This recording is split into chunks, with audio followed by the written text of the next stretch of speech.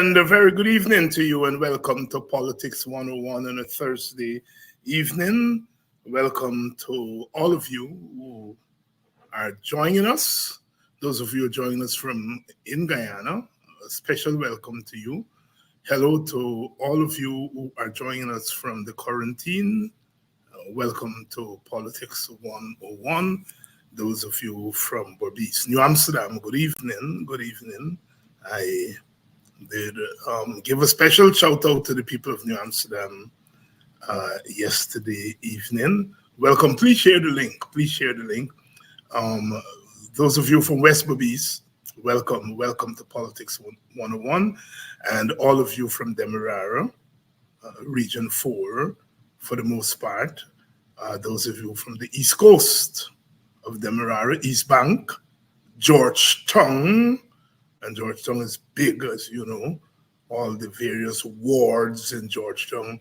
And those of you from the west side, West Bank of Demerara, we usually forget you up there, people in Bakersville and Stanleytown and Sisters, Nimes, lots of friends in that area, that part of our country. Welcome to Politics 101. Vincent Alexander is here with us tonight, as we promised yesterday. I want to thank all of you who were here last night with GHK Lal, and we had that discussion in Venezuela. Tonight we are going to be talking about race, ethnicity, and politics, and having big people discussion on the issue, not your usual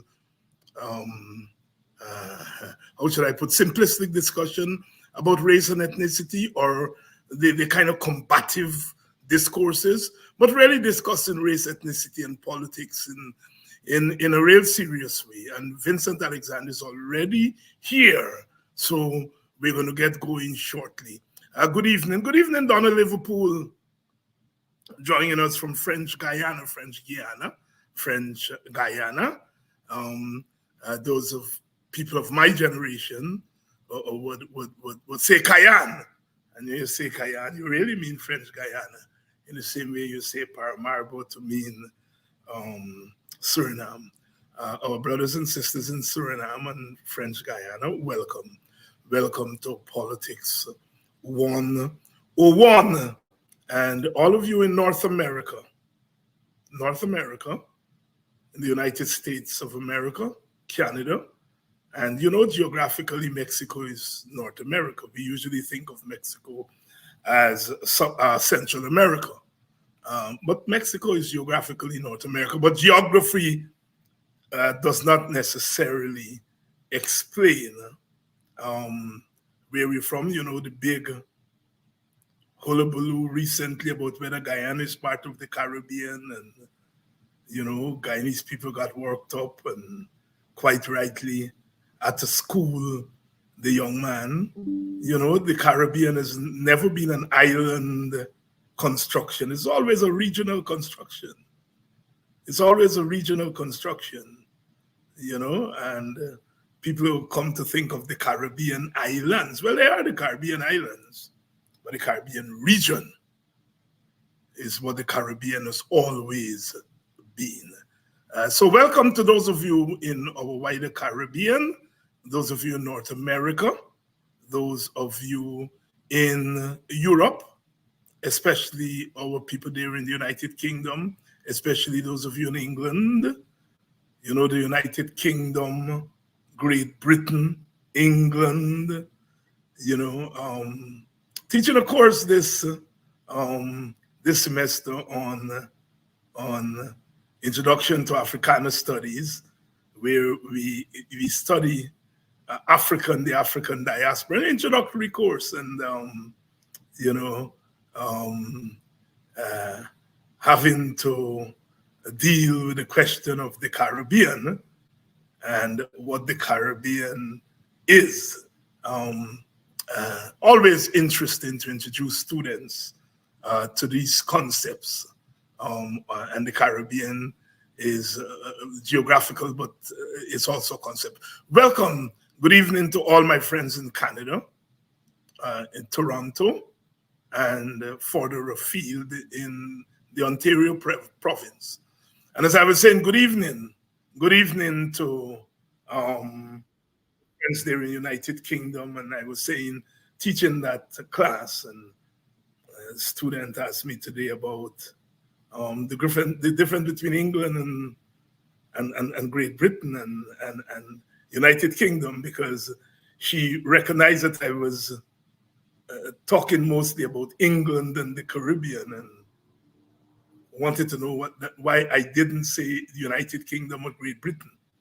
And I had to explain that our relationship was mostly with England, Mother England, as we used to refer to that place.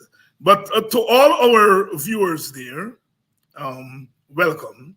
The regulars who join us every night. And by the time we get started, it's in the morning, because 5 hours ahead of Guyana. So we start at 7. So it's midnight in England. And by now it's Friday morning. Good morning to you. And those of you who join us from the mother country,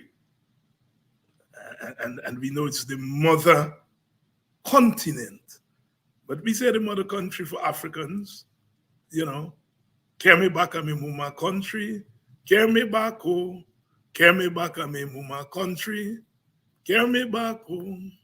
Africa, I want to go back home. Africa, I say a tired roam. Just give me the plane passage, because I'm going back home. Go back to Africa to see my grandmother. So when we think about Africa, we think about Africa as one country, the spirit of Pan-Africanism. And in the same way, although India is a country, India is not a monolith. And most of the people who came as indentured laborers from India came from North India, from Northern India, that area. But there are some who came from South India. I don't know the precise breakdown, but I think it's somewhere about 85%, 80 to 85% of the Indians who came to Guyana and Trinidad and so on came from North India, and then about 15 to 20% came from South India. And it is said that the Indians are referred to as the dark-skinned Indians, the Madrasi, as we call them, Madras Indians. They're the ones who came mostly from the south. So India itself is not a monolith. It's not a monolith. And those of us who are foreparents coming from Africa, we are not a monolith either, because we really came here from different tribes in India, 10 to 15 tribes of West Africa. And it was here in the so-called New World that we were molded together, and we became African in the New World. We became Mati on that slave ship, where I understand the term Mati comes from, meaning Métis. And, over time it became Mati, But here in the so-called Americas, the so-called New World, is where the notion of the African really took root. You take Haiti, and you take voodoo, the folk religion of Haiti. It's really a synthesizing of the various African religions. First, that was the first syncretizing. And then, having pulled those religions together, they then merge it with the Catholic religion, hence voodoo. So you go to Haiti, somebody wakes up in the morning, they go in the church, the voodoo church, worships there first, and then go in the Catholic church. Or as they say, they worship the African gods first, and then the European god. And so, it's a coming together. And if you look at our comfort, you notice the same thing. You know, those who do what they call the all-nation walk, not all-nation walk. You first of all do the all-nation, as in African nation, where is Congo, Coromantee, and Yoruba or whatever, but we are mostly Congo and Coromantee in Guyana. And so there's that all nation, and then there's the ethnic all nation, the African, the Amerindian, the Portuguese, the Chinese God, and so on and so forth. It's really interesting that African folk religion come forth. It's so all-inclusive. First of all, it includes a different tendency in the African cosmos, and then the ethnic, all the other ethnic groups, they invoke the spirits of Amerindians, Chinese, Portuguese. We must talk about that another day. The way in which they have democratized and all-inclusive. And a lot of people who chat about race know nothing about race. What do they know of race? Who only race knows, you know? And, you know, the different drum beat can tell you whether it's the Coromantee or, you know, the Congo, you know, as the case may be. But welcome to Politics of One. It's beautiful to be part of the Caribbean, to be part of Guyana, to be part of Africa as race and Africa as ethnicity. I think we're all here by now. We're all here by now, or certainly a critical mass of us. Please share the link, let everyone know that we're on. What we're going to do tonight is Vincent and I are going to walk through some issues. Because you see, we are at a critical time in our history. We have lots of wealth, well, more than we ever had. And because of the increase in wealth, there is an upping of the tempo of the competition among the various groups for access to that wealth. So we have the ethnic or racial contestation for that wealth. We also have class contestation, the rich versus the poor. You know, Bob Marley says, you know, he had that wonderful definition of the class system. Some people got nothing. Some people got hopes and dreams.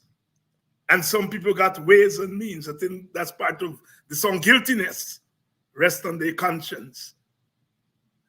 And you know, the artist is so fantastic. Some people got nothing, what we call the lower class or working class. Some people get hopes and dreams in the middle class. We go to school and so on, and we're hoping to get a better job and get promoted and so on. And then some people got ways and means, the rich. Bob Marley defining our class system in the Caribbean as only the artists could do. So we have this competition for wealth. And because we are a racialized society or ethnicized society, however you want to describe it, or ethno-racialized society, the ethno-racial competition for wealth is much more pronounced in the society. And that competition for wealth means that there are conversations that are going on. Conversations within the ethnic groups and between the ethnic groups. And those conversations are going to be very important in shaping the outcome of this contestation for the wealth that we have. And often those conversations are driven by what we call the so-called intellectuals or ideologues that are thrown up by the various groups. And that is why in recent times, in the African Guyanese community, you hear names like Eric Phillips and Vincent Alexander and Nigel Hughes, you know, David Hinds, Rickford Burke, etc. These are people in the public space who are seen as articulating an African viewpoint as part of that larger discourse in Guyana. And on the Indian side, people like Ravi Dev and Betoram Ramarak, Vishnu Bishram. And then you have some new ones on the block now, Randy Prasad and these others. These are usually the so-called academics of the groups who are the ones who, in many cases, are driving that discourse in the public view. Kimani Nehilsi on the African side and so on. And there are others whose name I have not called, but those are the main ones.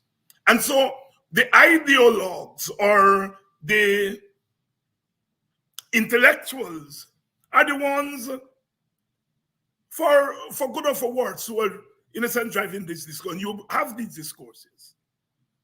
And sometimes these discourses are happening together, sometimes they're happening separately.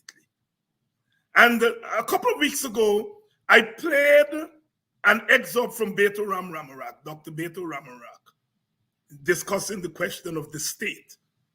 And some of us are arguing that the present state, which is a successor state of the colonial state, has a responsibility for helping to repair the damages that have been done to the African psyche, hence reparations, because the term reparations come from repair, and so on. And so Ipadaji, for example, has been leading that discourse. Sister Olive Sampson has also been at the forefront of helping to shape that discourse. And we have argued that the state of Guyana, and immediately some of the Indian ideologues have pushed back against that. They've accused us of what they call double dipping, that we're trying to get reparations from the Europeans, and we are also trying to get reparations from the Guyanese. And well, I had a lot to say about Beto's. But Vincent was there, and Vincent responded to Beto Ramarak. And tonight we want to start our discourse there. I'm going to play Betoram's comments and Vincent's reaction, and then we're going to take it from there. But let me introduce Vincent Alexander first. Vincent, good evening. Good evening, David. And good evening to the viewers. How are you? Not bad. Not bad. I'm all right. If someone told you 20 years ago that you would be at the center of this discourse in 2023 in terms of trying to make sense of our ethnic and racial mix and how that feeds into our politics and our economics, would you have told them, yeah, I could have seen myself doing that? Or I may have seen myself being involved in the discourse because it's an area that I have in the academic sphere paid attention to and been a resource person to the people of African descent in relation to these matters. So I may have seen myself being involved, not necessarily in the epicenter, in some regards being in the pedagogy, which was not something I could anticipate, has brought me into the epicenter. Yes, and the reason I say that, Vincent, is that usually the ideologues from the African Guyanese side have come from the so-called radical left, the kind of Rodney Kwayana kind of axis, or they've come from the African organizations. And you did not come out of, originally, you weren't part of the so-called African organizations. Now, were you part of that so-called WPA kind of radical left? So in that sense, you are unique in this discourse, yes or no? I really started public expression based on research that I was doing at the Institute of Development Studies at the University of Guyana. But I would say that the fact that I got involved in the research had a lot to do with my YSM background. And so, though one may not have seen me as the radical left, so to speak, WPA, I think that I had already developed in my early stages of the YSM a critical approach to the analysis of the Guyanese society. Because being a young politician, that is what we had to be involved in, understanding the society and seeking to proffer solutions. And so my background really is from the political perspective in the first instance, and then from the academic perspective, where I started to formally address these matters as a part of my research, as a research fellow at Institute of Development Studies, University of Guyana. And I'm smiling, Vincent, because you mentioned YSM, and Dr. Eddie Green has a small book on race and politics in Guyana, but in that book, he showed the overlapping of YSM membership and ASCRE membership in the 1960s and the early part of the 1970s. And so there's that nexus. But you also, what you don't say very much, is that you actually lived in Africa because you studied here in Tanzania. Talk to us about how that also influenced your interest in this aspect of our discourse. That is true. I spent approximately 2 years formally studying in Africa at a very interesting time because that was the peak of national liberation in Africa. And Tanzania was seen as the frontline country. And in fact, Mwalimu Nyerere was seen as the leader in that regard. And so I had a lot of exposure to literature on Africa, African liberation, going back to the struggles in Algeria and in Ghana. And in Tanzania, at the University of Dar es Salaam, we used to have a Sunday morning session where the public can go and discuss issues pertaining to what one may call the New Left, the liberation movement. And so I had some exposure there too. And that's, in fact, the arena in which I first came into contact with the works of Walter Rodney, because he was at the University of Dar es Salaam as well and was involved in those Sunday morning sessions with people like Shivji and those guys. And so that did help a lot.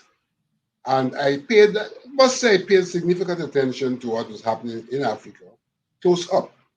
And in fact, did end up even writing at that early stage when I came back to Guyana in something called the Writings, a journal of the Young Socialist Movement, edited by Professor Edward Griffith, who was at that time our research secretary. I wrote an article on the liberation of Angola. And this was all based on my studies in Africa. But David, I would say the most significant thing about my sojourn in Africa that has influenced my being is, in a sense, the discovery of my being as a African Guyanese. Living in Africa, and you made the point early on that there was not a monolithic Africa, there were different tribes and all of that. When I went to Africa, I recognized that much of what I had become was based on my Guyanese exposure, and therefore I could be more easily recognized or identified as an African Guyanese as opposed to an African, because things evolve and Guyana has evolved. And I'm out of the bowels of Guyana, and with that evolution is the whole question of whether one could be referred to as a pure African or whether Africa has to be used as a descriptive term, African Guyanese. I prefer to see myself as an African Guyanese with African heritage. And that also has a little to do with my world outlook. I'm not one of those metaphysicists who see this universal spirit that resides in African Guyanese, in Africans. And I even argue that there is a fault line in that argument because the extent to which all humanity came from Africa, then if there is a universal spirit, then there's a universal original African spirit that resides in all beings, all human beings. But from a sociological perspective, I would argue that from African Guyanese have been particularized in Guyana and have commonalities that have pitted them, put them into competition with other Guyanese, and therefore one has to deal with one's location in Guyana from the perspective of an African Guyanese. Vincent Alexander, of course, making reference here to his time in Tanzania, at a time when Tanzania played a pivotal role in African liberation on the continent, but also the Pan-African movement under Julius Nyerere, who came to Guyana.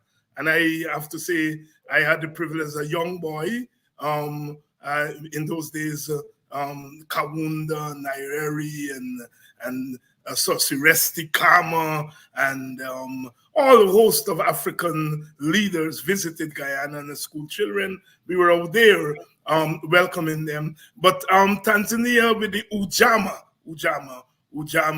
ideology, nationalist ideology of Julius Nyerere made Nyerere really the hub of Tanzania, the hub of African liberation, because Africans had gone back to Africa, Africans from the diaspora, from the United States, from the Caribbean, when Nkrumah came to power in 1957. After Nkrumah was overthrown in 1964, something happened. Some of those people went to Tanzania, and some went to another country called what? Guyana. Which is a part of our history that we often don't get too much into. But certainly Tanzania was there on the front line, and Nyerere was seen as the leader. And the Sixth Pan-African Conference in 1974 was held in Tanzania. And so Tanzania is very, very, very important insofar as our discourses are concerned. But Vincent, who is a student of the creolization theory and practice, also points to while there's a similarities between Africans and African diasporans, there are also the differences. The experience of enslavement. If you're from Southern Africa, in Tanzania and Uganda and Kenya, they were not involved in the slave trade, for example, the Western slave trade. And our experience of enslavement, in a sense, created a new African. I think it's Carter G. Woodson who talked about the new Negro in the United States of America. And so, therefore, when we begin to talk about Africans and Blackness and so forth, we are entering a very complex area. We are entering a very complex discourse. That complexity, of course, is grounded in the shared experience of enslavement. But even within that shared experience of enslavement, there's a diversity within the African New World peoples. I always get my students laughing, Vincent, when I say, when you all Black Americans eat a piece of jerk chicken, you all say, God is spicy. And to us in the Caribbean, it's not spicy. You are Black like me, but you all call it spicy, our food, and so on, points toward diversity. Creolization, Vincent, as a very important factor in trying to understand the African Guyanese, the African Caribbean person. It is critical, and in fact, very often is not seen from the right perspective. One can argue that in terms of creolization, that it is a process that may have had its origin even among the people of African descent, because they were bringing to bear different cultures and different traditions with a kind of infusion and integration that was producing something different. And I had reason in another program only last night to make the point that when the women who purchased Victoria did so, they weren't from one tribe. They were from different tribes. These people did not themselves originate from that plantation. They originated from various plantations, but they had emerged an outlook to life and commonalities based on the environment in which they found themselves and the way in which that environment treated them as one, that caused them to become kind of, in fact, one, integrated into what could be referred to as the African Guyanese community, because as you rightly said, when our ancestors came, it's not just Africans who came. You had people from different tribes, and you often hear about the story in Mocha, Arcadia, where one tribe seemed to have been settled in Arcadia, another tribe settled in Mocha, and they used to have conflict between those two tribes. And the place now called Burnham Boulevard, which I think in those days was the Cemetery Dam, was the boundary between Mocha and Arcadia, and where a lot of the confrontation, be it verbal confrontation, or sometimes even physical confrontation, took place. And Mocha Arcadia only became one in leading up to the 1970 local government elections. But I'm told that Burnham visited Mocha Arcadia. He visited Mocha and Arcadia and addressed Mocha and Arcadia from Cemetery Dam and said to them that this damn nonsense of being at war has to stop, and declared that dam, Burnham Boulevard, and subsequently declared Mocha Arcadia one local government district as opposed to the two villages which it was. And to a very large extent, now, unless one digs deep, you can hardly discern the difference between somebody from Arcade and somebody from Mocha. There's still differences. Some things are still latent. But that fusion came together in that village, that district called Mocha Arcade.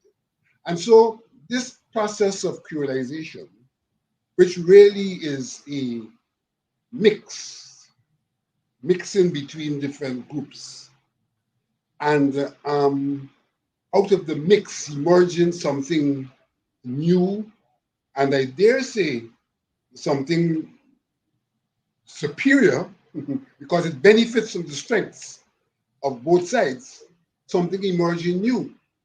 And so, on one hand, at the very level of the people of African descent, we have that process of creolization. Now, that process obviously also included the Europeans with whom they interacted.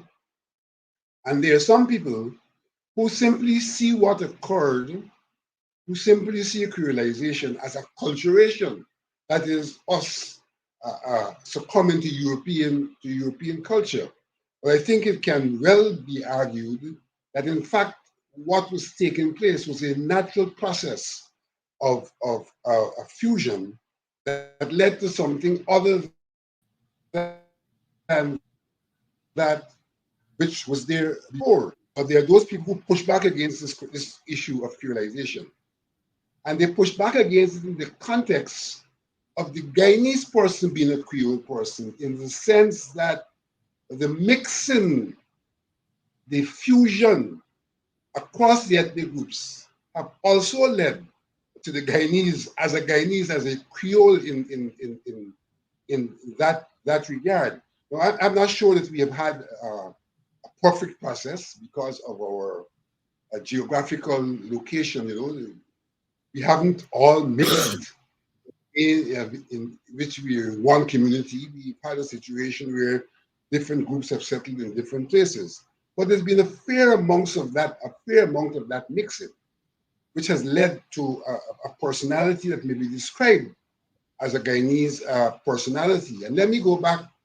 That is one of the things I recognize of myself when I was in Africa. Comparing who I was to the Africans, I recognized that there was some identity separate and apart from my Africanness that could separate me from the Africans. And in fact, I never forget when a young African guy asked me what was my mother tongue. And up to that time, under the influence of the British, our parents would tell us that Creolese is bad English.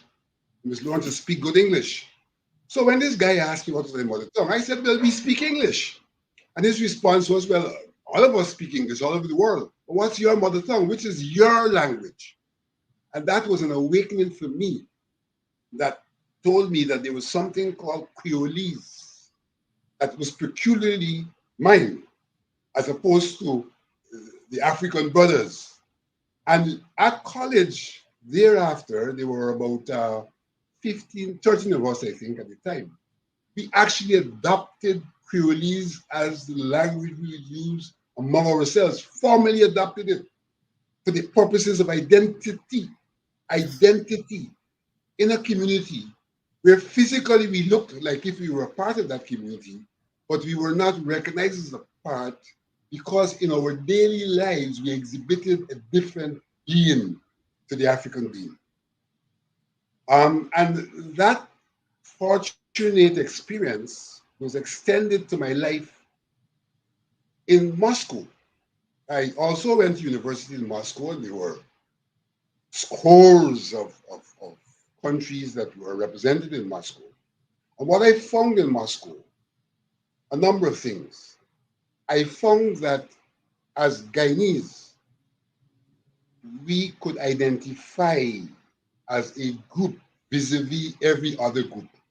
Whether we were Indians or whether we were Africans, so to speak, we identified as one vis-a-vis other groups, vis-a-vis the Africans from Tanzania or wherever, the Indians from India and wherever, the Latinos.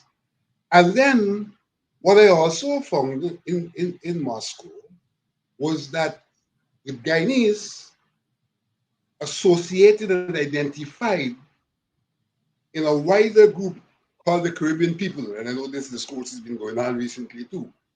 The Caribbean people came together too. We recognized we were from different countries. We recognized that we were different, but we also recognized that in that community, we were a subgroup of that wider international community as Caribbean people. We had that recognition as well. But even in the course of that recognition, I must confess that in relating to other groups,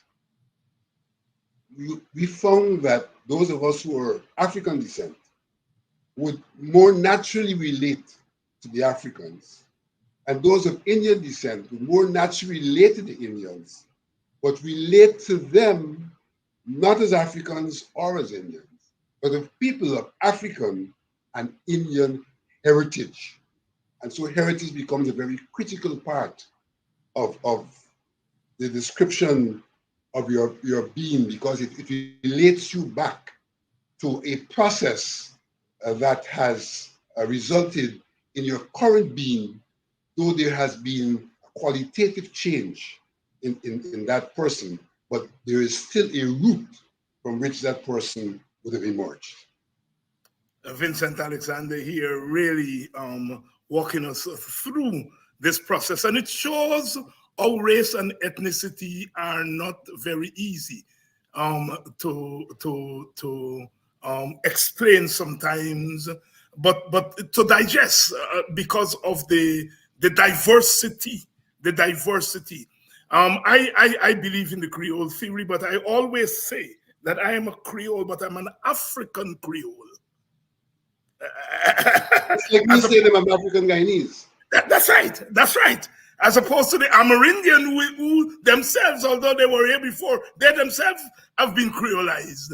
And our Definitely. Indian brothers and sisters, although they have been academics and thinkers, and perhaps on the ground too, where they have resisted creolization. But I think even the Indians today have, in a sense, succumbed to the process of creolization. And they could resist it easily because when they came, they retained much of the culture that they came with. And so therefore they could resist creolization for a long time. And I'm so glad that you mentioned that. The other thing is that I hear discourses now on creolization and Creoles, as if Creoles are just mulattoes. That is people who are mixed between black and white. And that you made the point that among ourselves as Africans, we underwent that whole process of creolization.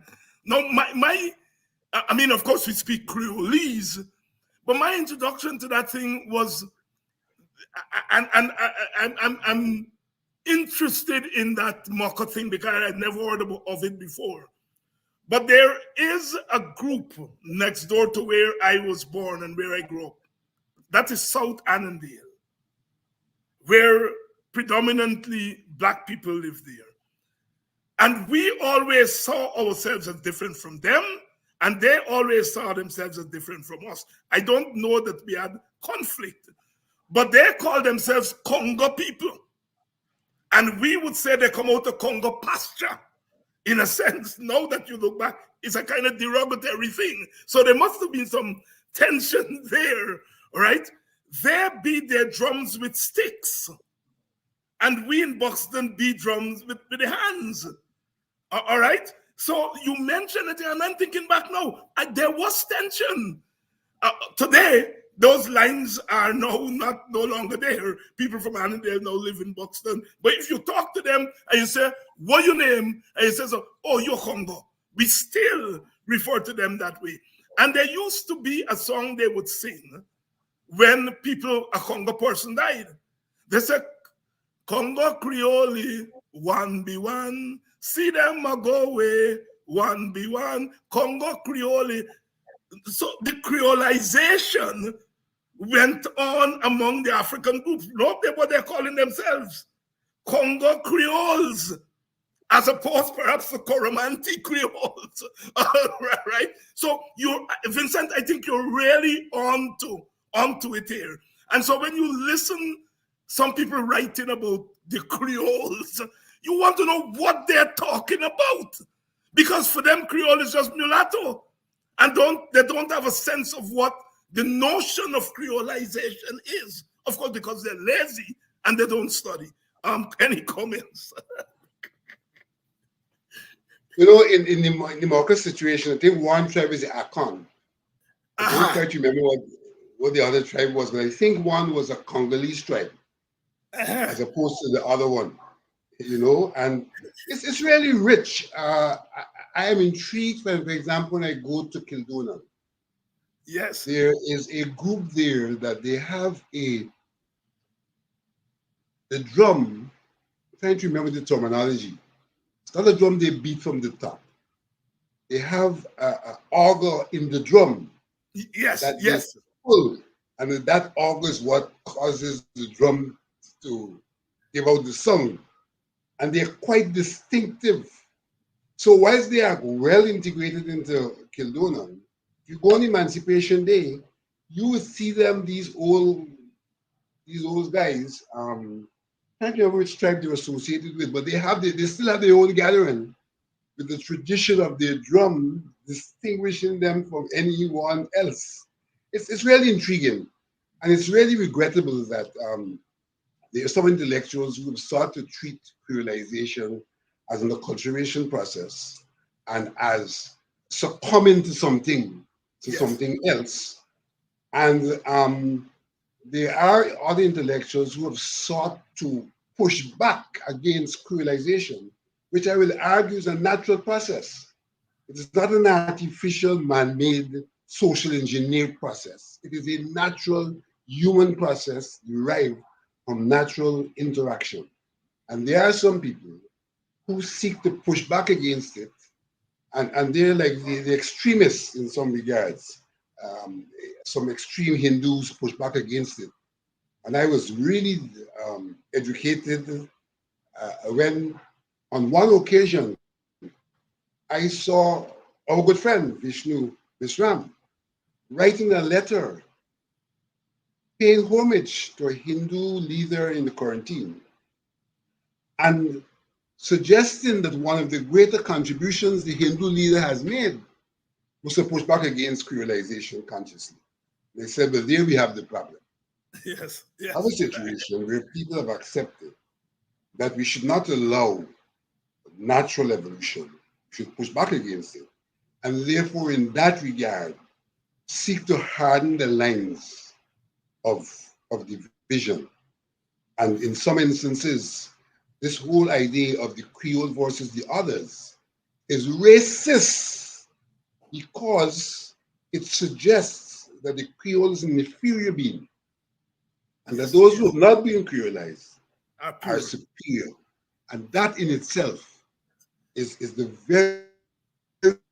very definition of racism, where one group sees itself as being superior to another group. So people can, in many regards, turn out to be, quote unquote, subconsciously racist. But insofar as they are racist, they present a problem in the process of the evolution of the nation and the people referred to as Guyanese. The people referred to as Guyanese. Very good evening. And all my Congo friends and supporters. Guyana was a Congo, you know, because Guyana's people come out the Lusignan plantation, and a lot of them are the ones who settled in Annandale. And Guyana was born there in Lusignan, and his family moved to Buxton, whereas most of the others moved to Annandale, and that's why they always refer to Guyana as a Congo. And all my friends, Lynette Greenwood Chingy, Vincent, I think you know them. Them there in Annandale, and they're regulars on this program. Chingy, good night. Look, she there. Here she said, true. Lynette Greenwood, a bleeding heart Congo. And yes, Lynette, I know you. I know you're glad that I'm discussing this story, talking the story. And we played a very important role in kind of bringing those communities together in the 1970s and the 80s around emancipation, but always recognize that the Congo people from Annandale, as we said, we call it Congo pasture, they were bringing something unique to the table. My other Congo friend, Colin Burke, out of Canada. You just looked at the way Cousin Irene, Miss Faddy, and Miss Rowe, you looked at the way they moved and they danced. And it was different from we in Buxton, Miss Morrison, and them, they do it differently. Or the Nancy people. When you think about people like Rapatap in my village, and so on, Rapatap is a Congo, right? And they play Nancy different from those of us over in Buxton, you know? And now that you think of it, there is that diversity in our sameness, which is very important. And Vincent, I want to thank you tonight for making that point, that people regard the Creole as inferior. And that all we mean when we talk about Creole are Africans who were born in Guyana or the Caribbean or the United States. All right? That's all. They were born here. They're of African heritage, but having been born here, they bring something that is different. They're incorporating the spiritual feeling of Africa and the spiritual feeling of the transplanted Africa on the plantations in the New World. Vincent, let's listen to our friend based on your response to him, and then we talk about it on the other side. That is very plural. So I wish we had more discussion on this, because one of the things that I've seen in a lot of these books written by especially Indians is that the migration from India to the diasporic communities were pretty much voluntary, right? Which is, you can make an argument, yes, that's true, very different from the African experience. But the point is, we don't see a distinction between the history of Indians when you compare, Indian history to the experience of others. Yes, we are brown people. We can be united on certain issues and so on. So this brings me to a couple of quick points I do want to make, and which is something that troubles me. We cannot make the argument when we talk about the current state. The current state of Guyana is not the same state as the state that exists prior to 1966. By the same token, we can't make an argument, it's going to be a difficult argument to make, that the revolutionary government of Cuba under Castro is the same state as the Batista state.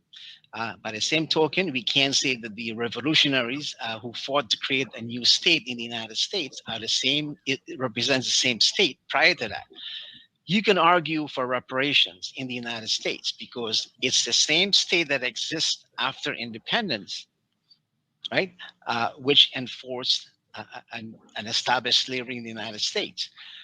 When it comes to Guyana, my problem here is that if you're saying it is the same state, and this is the point I had made about something that David Hinds has said, you're double dipping, because you're making an argument on the one hand that those who practice slavery, right, the plantocracy, the absentee owners and so on, have to provide reparations. We've seen that with the fifth generation Gladstone family who came to Guyana. But if you're saying, okay, that's fine, which all of us agree, and nobody disagrees with that, right? We all support reparation. But now you're saying that the current state of Guyana has to pay Africans reparation because their blood and their bones and flesh are buried, in those dungeons where those oil are being kept. Then you're now saying, well, it's the Amerindians, it's the Indians, and it's the other people in Guyana who are now being asked to pay reparations. So you're double dipping. And I stand by that argument that I made. It is not the same state. And it's difficult to make that argument. The other thing I do want to make is I have read someplace a while back that the Native Americans who crossed the Bering Strait may have lived in Asia. So that probably means that they do have some DNA that is connected to my ancestral people in India.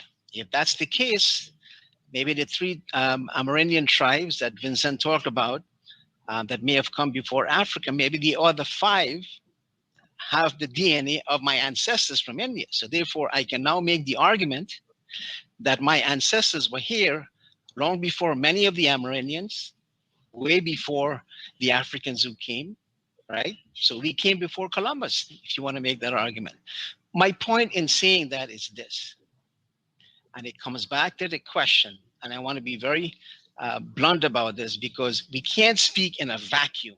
Where does this end, right? The whole question of entitlement.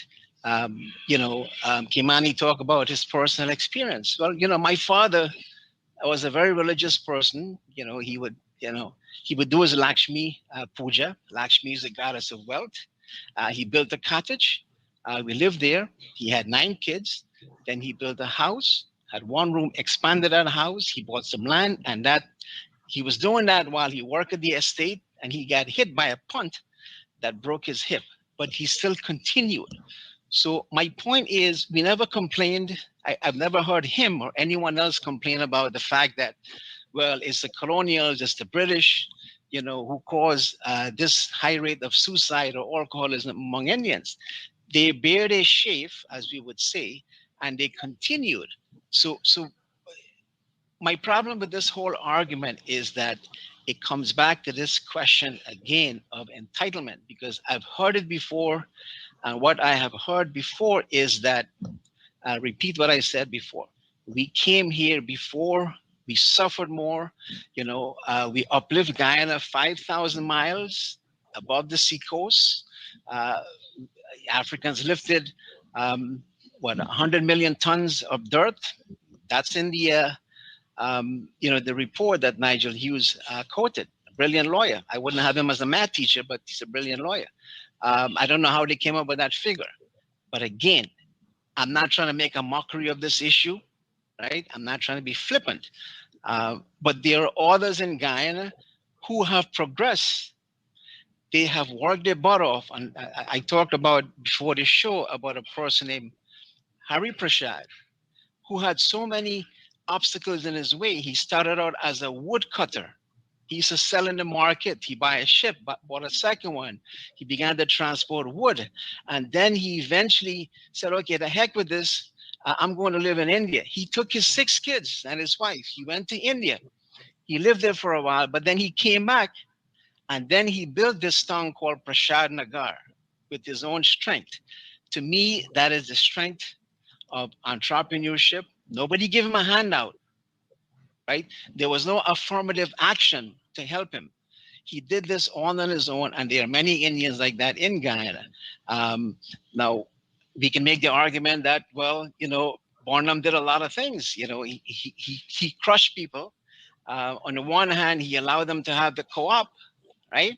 Um, but on the other hand, he established an authoritarian system that took the power away from local people. So the question is, where do we go from there? And if we're using history as hindsight, we can't simply say that because of history. I mean, the Jews are saying that today, but they were the promised people. They built the temple, right? The Babylonians destroyed it. They built it again. Then the Romans came and destroyed it. Then they went all over Europe, and Hitler did his thing. And then they came back and says, look, this is, the Old Testament says, this is our land. We belong here, right? They can make that claim because they can defend it, right? They have the guns and whatever. So long story short, my point is this. I think we are trying to intellectualize this too much, especially when you have people like Eric Phillips talking about a certain percentage of land. In a country that is so big, you have less than 1 million people, and we have an oil wealth on top of our heads, and we are still, digging ourselves into battle, and we're arguing about land. So it's an important issue when it comes to learning about history, but when we use that historical knowledge or that history and try to make a claim on the state, a different state, mind you, that you owe me this. And at the same time, if that state is going to act on that demand, it means that you are now putting other people at a disadvantage who have sacrificed themselves over generations to be where they are today. And the question is, that one of the things that people are asking today in the United States, for instance, which we support, things like affirmative action and so on. If you don't have a lot of business people, okay, let's create programs to do that. But where and when does it end?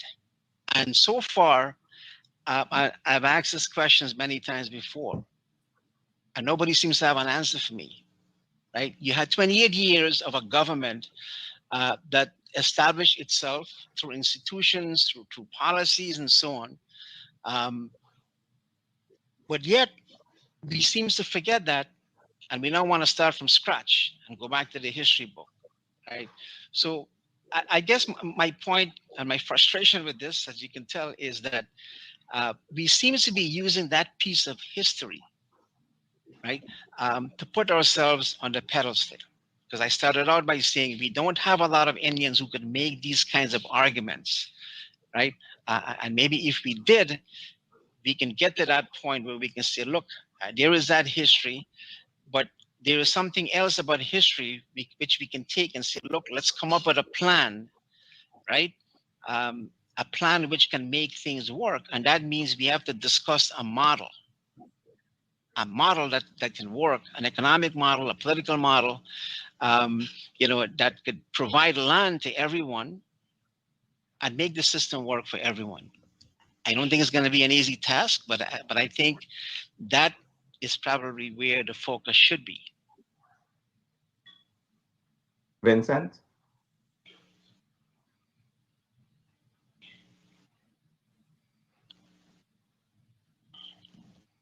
I think you're muted, Vincent. You're muted.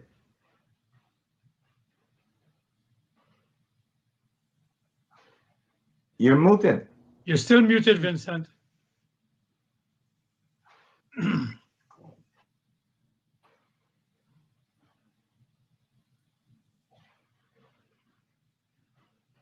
That's it. You're good. You're good now. You're good to go. I'm still muted. No, man. Yeah, I can hear you now. I You can hear hear you. me? But it's Yeah, muted yeah. here. Anyway, I want to start this contribution following on from what Vincent has said, because I think it's a critical issue and may well be the stumbling block to where you want to.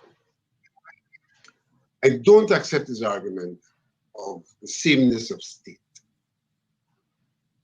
Well, I don't accept No, his I'm saying argument that I'm saying the it's not state. the sameness. It is not the sameness. I'm saying the state is different. It's not the same state. Because what is the state? The state really is the interrelationship among people in a particular geographic space, much of which interrelationship is realized through the institutions and the legal frameworks that are at play. And therefore, the state definitionally is what the state is.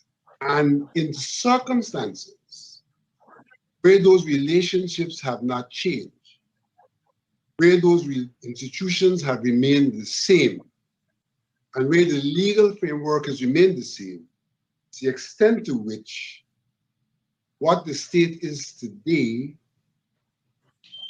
is a reflection and a carryover of what the state was yesterday. And it is only through transformation that we can talk about, quote unquote, a different state, though definitionally the state is the state. And so the extent to which, for example, we have a state that does not teach Guyanese history, and therefore at that relational level of recognition of understanding of each other, much has not changed, is the extent to which that state as quote unquote a successor state has to bear the responsibility of the previous state, if we can use terms like successor and previous, because the state is the state. So that in Cuba, for example, the state is the state. It is a relationship among the people, realized largely through institutions. But in Cuba, the way in which the state operates has changed. And so that current state has taken the responsibility we are talking about and has brought about the transformation. And the argument is, forget whether it's 28 years of the PNC or 23 years of the PPP, that our state has not necessarily gone through that kind of transformation and has continued to perpetuate the ills that we are referring to. And therefore, when we talk about double dipping, we are talking about reparations from the standpoint of what happened before emancipation. And I call that in the last occasion external reparation. Those who are here, they've left, or they created certain damage before, and they are in debt. They're indebted.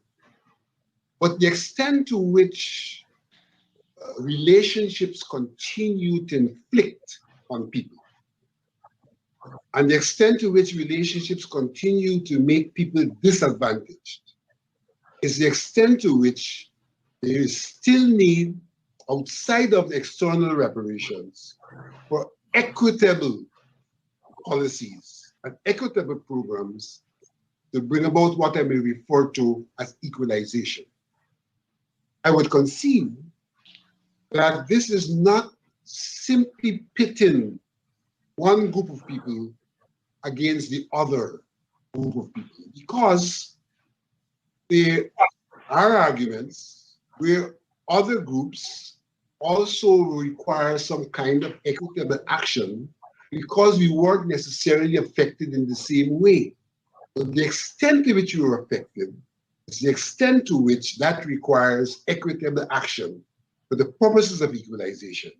And here's where you have this big problem in Guyana, where the government contends, and they write the United Nations to say, well, there's no problem, we have done A, B, C, and everybody has the same access. But you can't have the same access if, as Kimani earlier said, you're not starting from the same position. A child who goes to the blackboard and is short is not in the same position as the child who goes to the blackboard and is tall.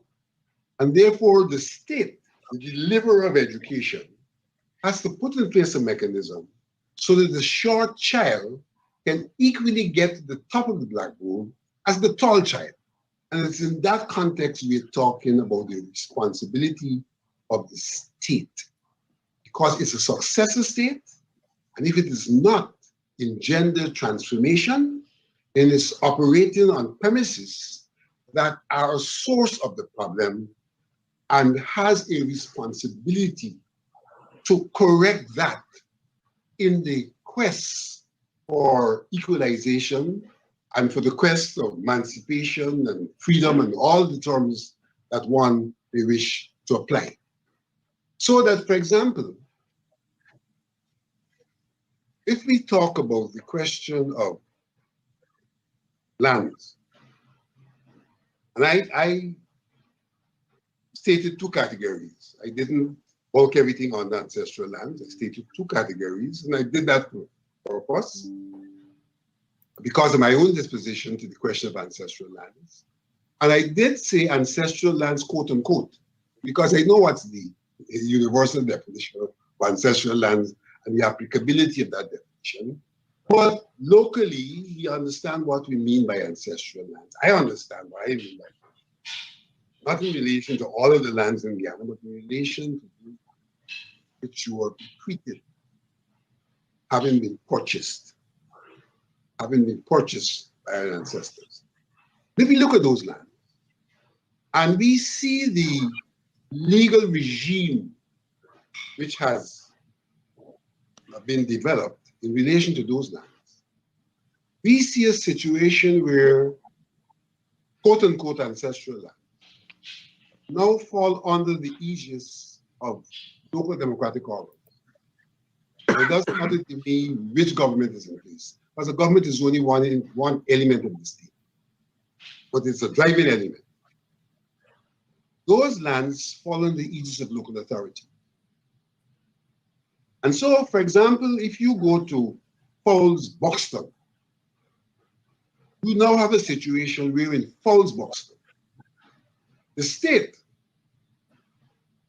an organ of the state, has a responsibility for how those lands are treated. With a flawed system which, in treating with those lands, does not give recognition to the fact that those lands were purchased by the people of African descent. And through institutional and legal arrangements, fell under the state, which now can appropriate those lands away from the people of African descent. And it's in that context, for example, that I call for a resuscitation of village councils, so that at least on the question of lands, you can have the village, which to some extent is homogeneous, responsible for lands which it would have inherited from the ancestors, and not have a council that is unrelated to those lands, making a determination of what will happen with those lands, and by virtue of that, dispossessing today people of African descent of lands which were purchased. Now, our state has done some institutional changes and an legal framework on lands. So what have they done? They have abolished the institution that allowed for people to occupy and subsequently own lands or state lands. They abolished that. So they're protecting a particular interest, but they have retained the institution that allows people to occupy and over years acquire lands that belong to others. So the state has now protected itself from that kind of acquisition.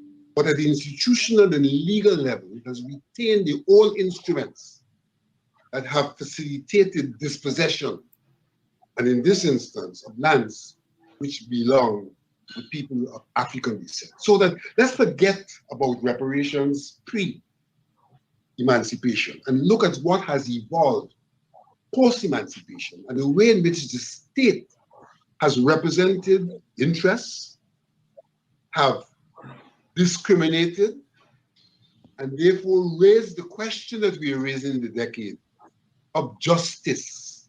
The system has continued to be unjust and has imposed injustice on people, and that is the kind of rectification that is being called for. So that's the first point I want to make. The second point I want to make is I agree, and the argument has been proffered here, education is critical. It's very, very critical. Because what education should seek to do is to create an understanding across the board of the differences and the commonalities of the ethnic groups. And in that context, to create an understanding, what I refer to as mutual respect. Because we hear the argument every day about who has been able to do what and who has not been able to do what.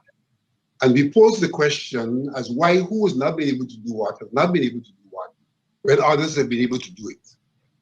And it's only through an understanding of the way in which our society has evolved and the differentiation of the evolution of the peoples, not only the material level, but including the material level, but at the psychological level, that can give an explanation that does not seek to say, what is very often said. I do recall Yesu Prasad, when IPED was being established, coming to the university to talk about the establishment of IPED. And here he was essentially in the first instance getting funds from, I think, the Germans to establish IPED. And I said to him, sir, given the history of the people of African descent and their involvement in business, with IPED being formulated, shouldn't IPED seek to have an understanding of why is it that the people of African descent are positioned where they're positioned, and to see how this organization, a part of the state, could seek to address the causal factor in relation to what you're saying about people of African descent and business. And his response was, the man got almost red on me and said that people have to be industrious and to work hard. And in a sense, that's not his problem. But he was receiving these funds, not as a superstar.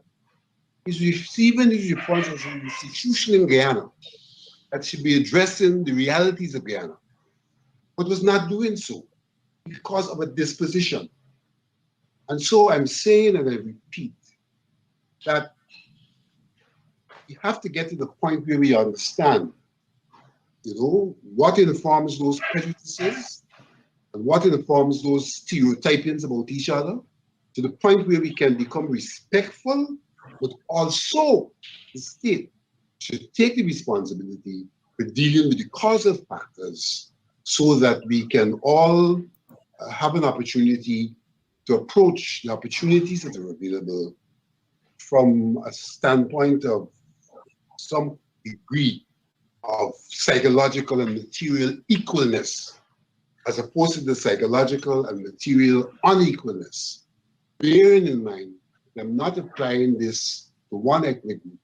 I'm saying that different ethnic groups have been affected in different ways, and we have to be addressing this issue as it has arisen.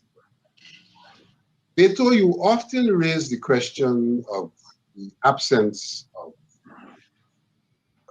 Indo-Guyanese activists, so to speak, to represent the Indian cause. And I've said this before. African Guyanese do not have a single institution for historical reasons to represent them. And so what has occurred in the African Guyanese community is a whole range of institutions, and they're not all necessarily in sync, that seek to represent the African Guyanese. In the absence of a historical institution, unlike the Indo-Guyanese, who have, I would contend, the Hindu body, which is not merely religious body. It's a whole framework of principles, of way of life and all of that. And therefore there is the ongoing inculcation, and I dare say representation, of the interests of the people of Indian descent by virtue of the impact of that institution. And you can't equate their state, the state of the people of African descent, who do not have such, quote unquote, a monolithic institution. And so I think that. But just a question, Vincent. I'm just curious about this. You're referring to the Vindhya Prasad's institution and her being a Hindu person in the government. Not to her as a Hindu person in the government. I'm referring to the Hindu establishment as an institution, as a part of this state we are talking about. And that in the Hindu institution, on one hand, they're able to relate to Hindus in a rather monolithic way. Rather, I know that there are some segregations, they're rather monolithic way, so that there's inheritance and things that's taken place. And they're able to have people of Indian descent contribute and speak to things from that monolithic perspective. And so that there isn't a need for these various groups, as is the case, the African community. Come on, Vincent. You're less monolithic. Less monolithic. You have to start winding I'm up. not going to go to the political parties aspect. I'm going to go there at all. Okay, but you said a lot there at the end, which I really I think that's going to be a good topic for us. I mean, we're only 20%. There's two of us here, so there's probably like 18% left in Guyana. Kimani's not here, you know. Kimani's not here. But that's we're equal. Myself and Ravi are here, and oh well, Vincent Alexander there giving a thorough response to Beto Ram Ramarak. Vincent, as you were giving that response, and you took a second look at it, and I've looked at it, and you listened to Beto Ram, who is a professor who is obviously thinking these things through. And the questions he's raising, you and I know of text and subtext. Put in context As we continue this discussion, and we are going to come back to continue it. Those of you in the audience who are saying we can't finish this tonight, and we know that. Vincent, put in context what Betoram is really getting at. When one does ethnic studies in Guyana, one could see that one of the big issues is being stereotyping and Yes. prejudices. That's been the mechanism used by the colonizers in the first instance to divide and rule. And what has emerged in that is definitions and attributes of personalities and groups. So that the people of African descent are described as barbarous, violent, lazy, and things like that. People of Indian descent are described as industrious, people who are able to peaceful and things like that. And these descriptions, as I said, are stereotypes. And these descriptions also, in many regards, speak to the question of racism, because they are identifying some people as culturally superior to others.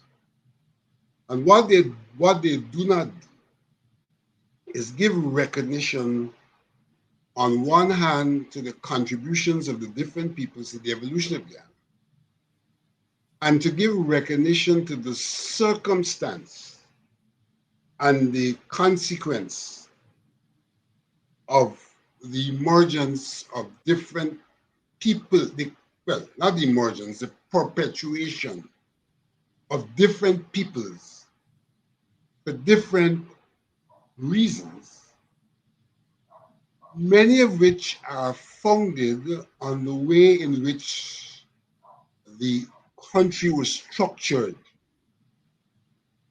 how rights were attributed. African Guyanese had no rights to license to trade. Portuguese got the rights to license to trade. African Guyanese had their lands flooded and were forced to take to the hinterland and to the public sector. That's not the experience of other Guyanese, and in very many instances where there was land settlement, Indo-Guyanese were greater beneficiaries of the land settlement. African Guyanese, who themselves already had a disposition to the land based on their immediate post-emancipation experience. So that the state and that body of people called the government, who are the drivers of how the state operates, if they are dealing with us as equals, they have to recognize the unequal evolution of us, or the inequitable evolution of us. And in an attempt to treat us as equals, give us equitable treatment to create the equal base, the equalization, for us then to be able to equally access the opportunities that are available to the state. And that is not being done. And in fact, the government, I'm speaking out to the current government, has specifically articulated what Bertrand was saying. Yeah. That they ain't got no problem that is peculiar to the people of African descent. And if there's anything peculiar about them, is their laziness and them not being industrious. And so that's not our problem. You got to solve your own problem. The fact of the matter is, it's a problem of the state, because it is a consequence of the manner in which the state conducted the affairs of Guyana.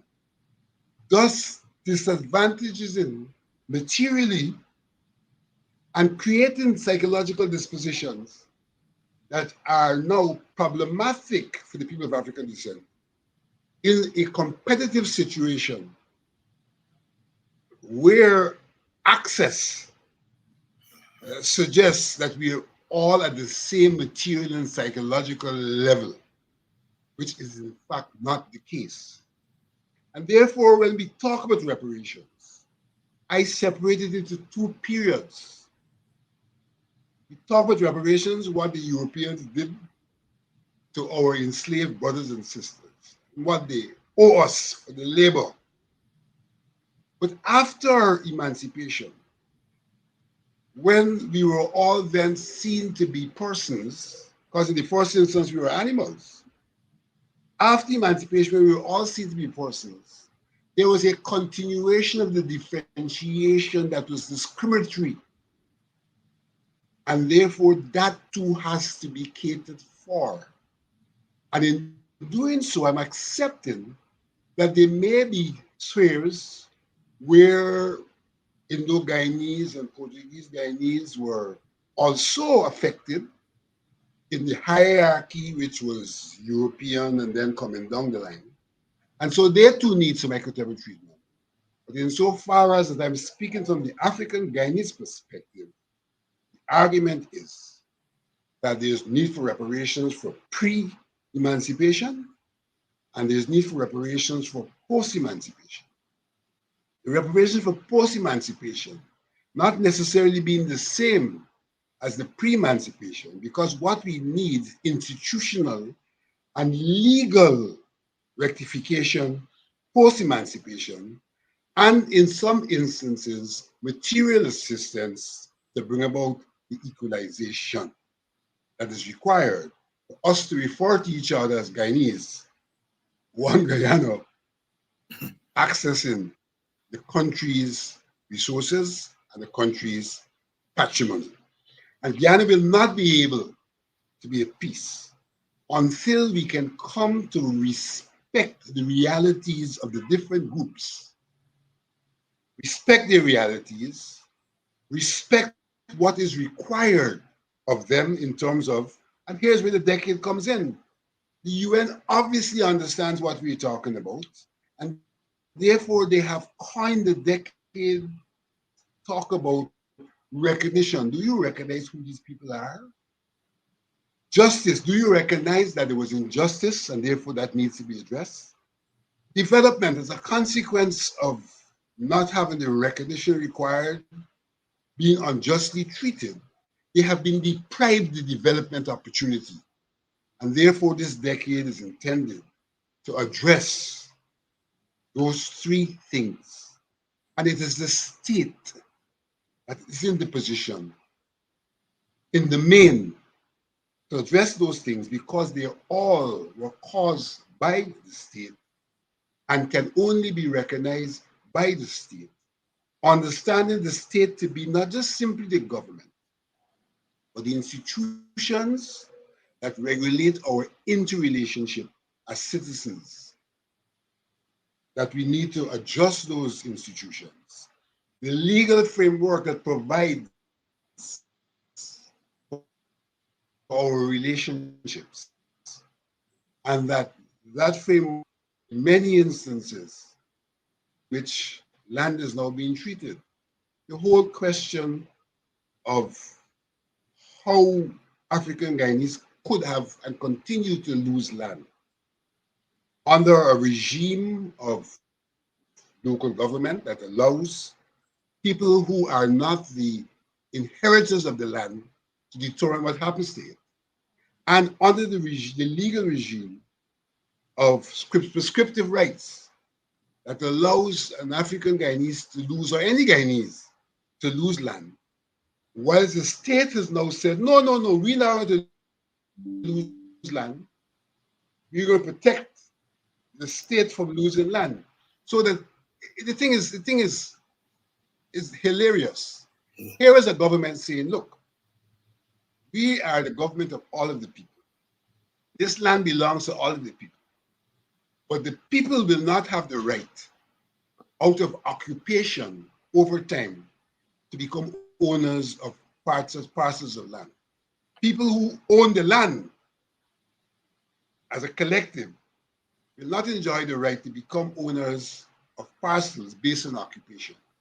But individuals who own land can lose what they own to other people based on occupation, clearly discriminating against the citizens and so the regime, the institution that regulates land is discriminatory. That needs to be addressed. Others might benefit, but we, the people of African descent, are identifying that prescriptive rights need to be addressed differently, and that the way in which local authorities have inherited the right to manage African lands has put us in a position where we are losing currently our lands under that management, and that needs to stop if we are to recognize us as the owners and to recognize that the manner in which we lose the lands are unjust, and to recognize that the lands are important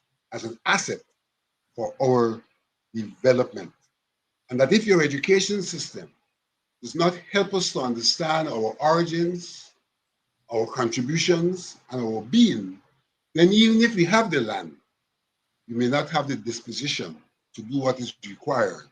And so you fall into the category of, you're supposed to start saying you're not industrious, when in fact, your being has been determined by factors beyond your control, and that those factors now have a responsibility to provide an environment for the revival of your natural being rather than your manufactured being. Vincent Alexander here tonight. Vincent, thank you so much, my brother. We're going to do this again. I've been reading your comments. Some of you want to call in show so that you can ask questions of Vincent and others. We're going to do that. This is a series we are beginning. You're going to see a lot more of Vincent and others in the coming weeks. We're going to open the phone so you all can ask questions. I appreciate your appreciation of this. Dr. Hinds, we must do more of these shows. Yes, we are going to do more of these shows. And yes, we are going to give you all a chance to call in and to ask questions and to comment. We're going to come back next week with Vincent because we're going to continue. Note, I want you all to note where we're ending. I started by saying we are at a point where we have resources. And the question is that all groups in the society are going to make demands on the government for access to those resources. Vincent ended there. And Vincent is saying that there's a narrative that is saying that our access to those resources has to start where we are, and that we are starting equally, equitably. And Vincent is saying, no, because of the process, there is no equitability. There's no equality of condition. There's no equality of condition. And therefore, those who are in a better condition are going to have more access to those resources. And so people like Beto do not want us to correct the inequities that have been brought on by the system. So when they talk about Prashad Nagar and this man, our people created 200 and more of Prashad Nagars. All them villages that we have. Are you telling me about Prashad Nagar creating one thing? Oh, he did it without handouts. So did our people do it with handouts? They never borrow money from a bank to do it. And you see, it is that narrative. And I started out by saying, in any struggle, there are always those in the society who, because of opportunities, who will have to make the case for the group in the public sphere that they call ideologues, etc., etc. Unfortunately or fortunately, people like Vincent and myself and others are saddled with this task. And that is what we are doing. We're not making war. We're not trying to displace anybody. Note what Vincent said. Vincent said other people also have problems in terms of their own condition that will have to be corrected. And I want to end with this. I said, you go to a comfort walk, you get the all African nation walk. And then you get the all Guyanese nation walk. They invoke all the different African spirits, and then they invoke the Chinese spirit, the Amerindian spirit, the Portuguese spirit, the East Indian spirit. I'm saying there's something in the African being that recognizes the existence of others. And that creolization process is very important here. So while the African is conscious of its environment, as always be. And like I say, what better place to look to that for that than in the religious? And I'm arguing here that a one Guyana notion, a one people, one nation, has always been part of the African perspective. It is part of the Indian perspective, the Amerindian perspective, etc., etc. But one has to exploit it. One has to exploit that instinct in the group. And we are saying we are African, but we're also Guyanese. Not because David Hinds says it or Vincent Alexander said, go to an African spiritual religious service and you see there. Vincent, closing thoughts, my brother, until next week. Well, David, as you said, this is a very important conversation. And I would really look forward to the continuation of the conversation, because this conversation is, in some regards, abstract. And its concreteness is being played out in relation to how the government has treated with G. And there we have specific documentation now to show what's the government's disposition on the people of African descent and G specifically. And so we certainly need to go beyond these abstractions to apply what is in fact happening based on these abstractions. Thank you very much, Vincent. And next week, yes, next week we are going to be back. As we said, this is a series we are beginning here, and we're going to be back next week. Thank you very much, Vincent Alexander. And I want to say something before I go tonight. Talking about African people's business is not racist. It's not about prioritizing Africans over Indians. Talking about Indian people business is not prioritizing Indian people over Amerindians. Talking about Amerindian business is not prioritizing Amerindians over Indians. Each group needs to bring into the public space its fears, its concerns, its accomplishments. Each group needs to do that. And it is out of that discourse, out of that action, that will emerge a Guyana. Let 6 flowers bloom, because we're a nation of 6 races. Let 6 discussions permeate our airwaves. At some point in your journey, you have to stop and do one thing at a time. I've said on this program that I have decided to dedicate this period of my activism to making the case for African Guyanese, so that tomorrow I don't have to do that. That tomorrow I can make the case for Guyana, and that I can make the case for the Caribbean, because I'm African Guyanese, I'm Guyanese, I'm Caribbean, I am Black, I am all of those things. I come from the bowels of the poor. And so always my gaze and my concern is, how are we going to get those without? How to get them with? We're all of those things. And so on a day when you hear me speak as an African, do not be fearful that I am anti-Indian. I'm speaking about African today so that tomorrow we can all speak together, Guyanese. My friend Ravidev talks about the Guyanese narrative. My problem with that is Ravidev wants to substitute a Guyanese narrative in place of an African narrative or an Indian narrative because it suits him.